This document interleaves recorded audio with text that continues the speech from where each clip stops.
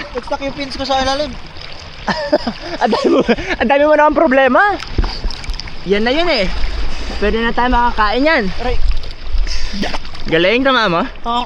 Pahinga ka muna. Ano? Gas-gas nga yung baba mo eh. Huwag mo na isipin yan. Bakit po? Ito na! Ayan na! Yay! Kaya na. Di mo mukha yung vlogger niya? Ah! So pwede talaga makawala? Yay! Maganda yung spot. Ang ganda ng spot, no? Oo. Jay, okay lang yan na may sugat. Kaya importante may ano na tayo. Sabitan. Po!